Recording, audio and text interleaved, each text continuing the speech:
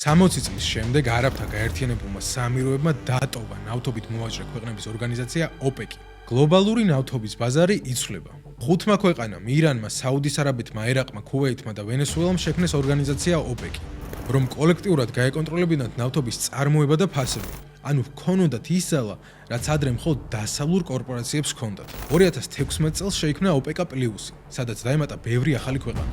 არაბთა გაერთიანებული საამიროები ოპეკას შეუერთდა 1967 წელს. საამიროებმა მილიარდები ჩადო ნავთობის ინფრასტრუქტურის განვითარებაში. მათი მიზანი იყო, რომ 2027 წლისთვის 5 მილიონი ბარელი აწარმოებინათ დღეში. მაგრამ ოპეკის კვოტა ამ ამბიციებს ზღუდავდა. ამერიკა, ირანი, სომამდე საამიროები აწარმოებდნენ 3.4 მილიონ ბარელს დღეში, როცა რეალური ძალისხმევა იყო 4.8 მილიონი ბარელი. ცხადია, არაბთა გაერთიანებული საამიროები ერთადერთი არ ყოფილა, ვისაც ეს აწუხებდა. 28 თებერვალი 2026 წელი ისრაელმა და ამერიკამ ირანში დაიწყეს ომი.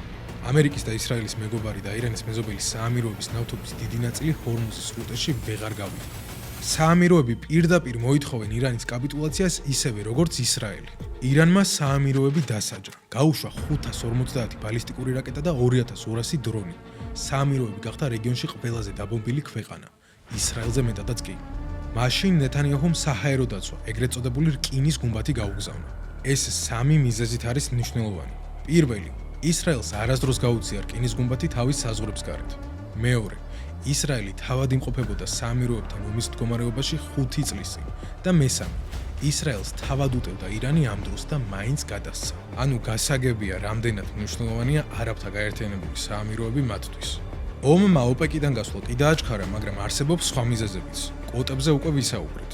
მაგრამ ომმა საამიროების სახელმწიფო ფონდებიც დააზარალა, რომლებიც 1.7 ტრილიონ დოლარს მართავენ გლობალურ ბაზარზე. როდესაც ნავთობი ძვირდება, ეს ინვესტიციები ზარალდება. თან საამიროები საუდის არაბეთთან წლებია კონკურენციაში არიან და ირანმა ყველაზე მეტად საამიროებს დაარტყა.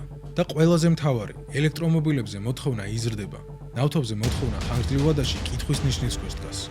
საამიროებმაც გადაწყვიტა, რომ ნავთობი ეხლა გაყიდოს, მაშინ როცა ყველაზე ძვირია, თან შეზღუდვების გარეშე.